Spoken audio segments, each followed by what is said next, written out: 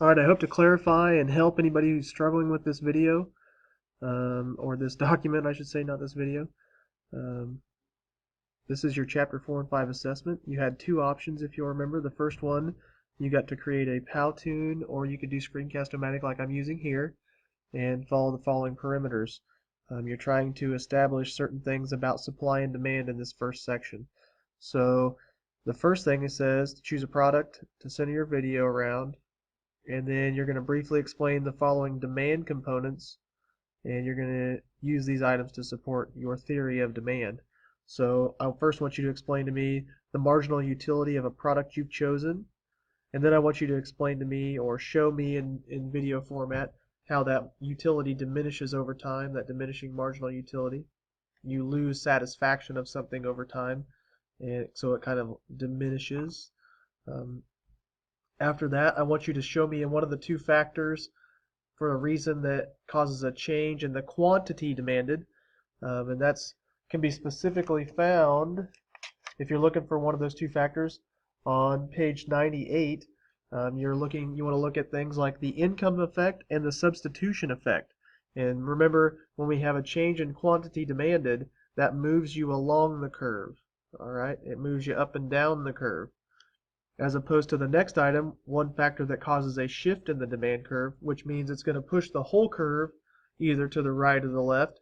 An example of that, like the curve itself, can be found on page 99, and then the reasons for that can be found on 99 to 101.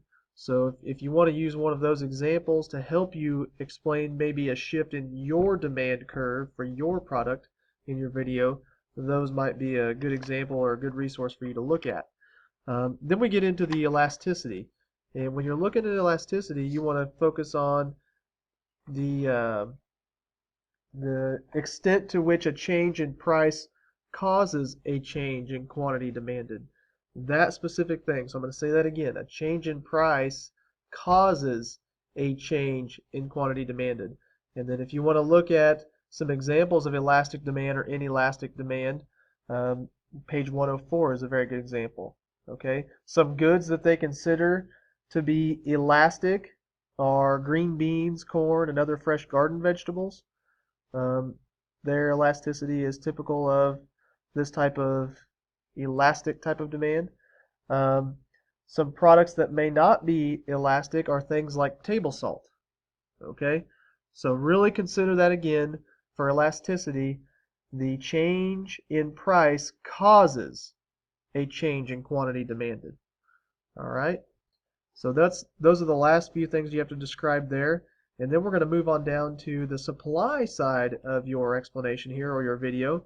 You're going to use the same product, whatever it is, but you're going to switch roles. You're now going to be the producer. All right, before you were the consumer, now you're going to be a producer.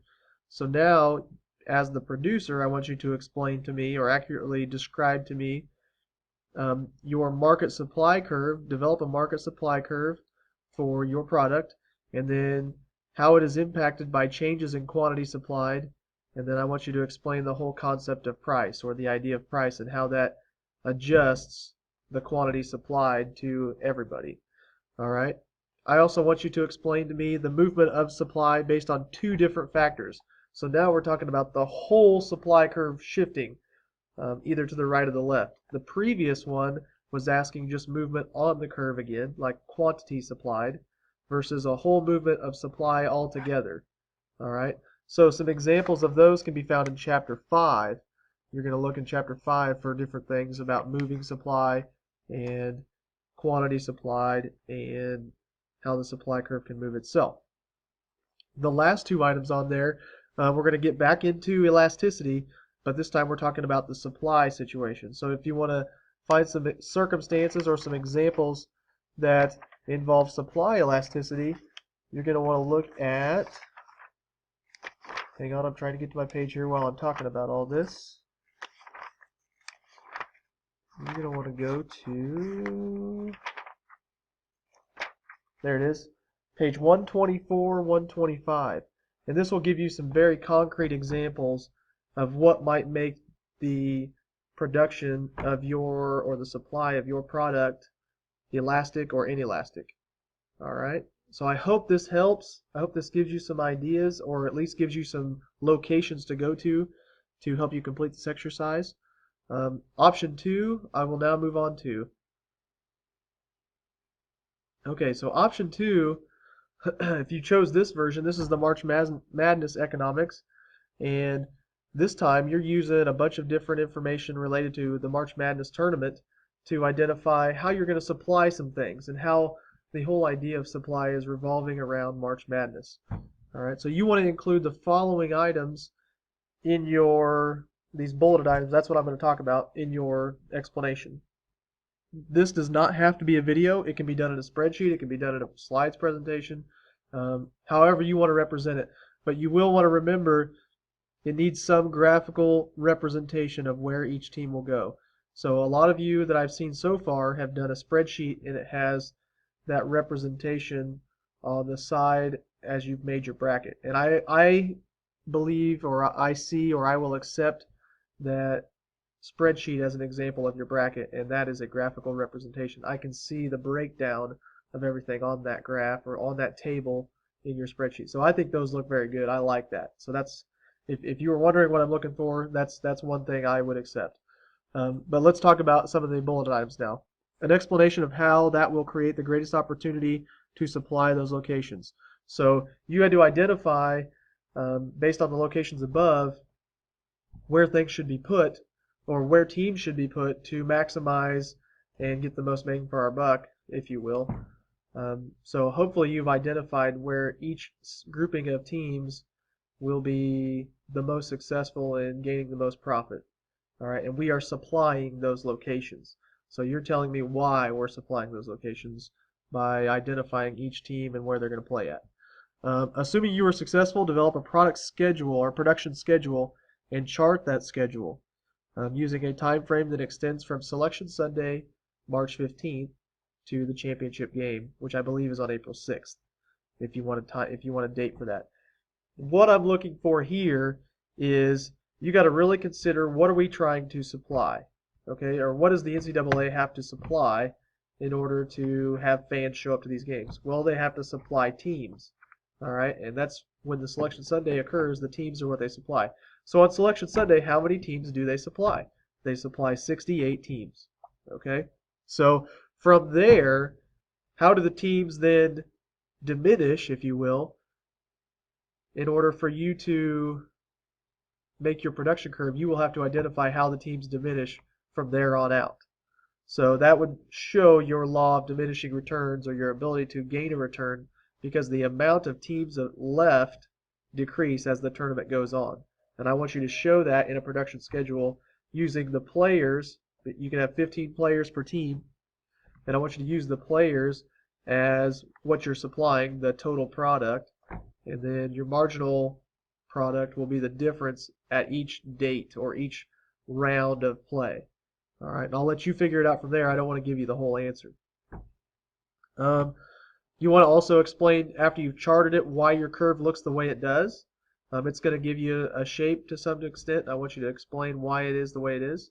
I'm not going to give you much more than that. If you want to look at an example of a production curve, you can go to, let's see here. I'm almost there. Going back and forth between things here. 128. Page 128 will give you a good example of a schedule and the production function curve. Okay, so take a look at that and see if that can help you identify what you're trying to produce there. What are the fixed and variable costs that you will incur? Well, think about it from the NCAA's perspective. What fixed costs? What are they going to have to pay for regardless? All right, no matter what happens in the tournament, they're going to have to pay for these things, those costs. And then also consider what variable costs they might incur. All right, I just want you to list those. If you can find a price for them, great. But really, if you identify them, I'll be happy. Okay, that's all you really need to do there. Okay, and then identify an example of an opportunity cost that the NCAA might incur, you being the NCAA. So something you would have to weigh, like offering something here versus there, kind of like we did when we had our Burka Trading Company, or Burka card game, if you will. and you had to weigh the opportunity to give up something to get something. So what would they have to give up to get in this situation from the NCAA's perspective? Give me an example of an opportunity cost that they might have to incur. And then the final thing down there, I want you to research ticket prices and identify how much revenue you would make at each location, assuming you sold 8,000 tickets at each venue for the 2 rounds. Okay? So there are ticket prices out there that you can go find. They will vary. You cannot just assume that all tickets cost the same. So I want you to go out and find those ticket prices so you can identify, and then maybe we can have a discussion afterwards about, okay, why is it more expensive here than it is over here? And then we can also identify, based on what we've supplied, how much revenue we had, and we can compare that to our costs.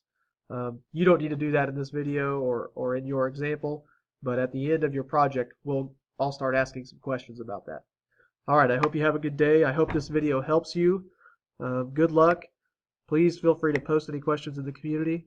But other than that, I really hope you have a good spring break, and I will see you when we come back.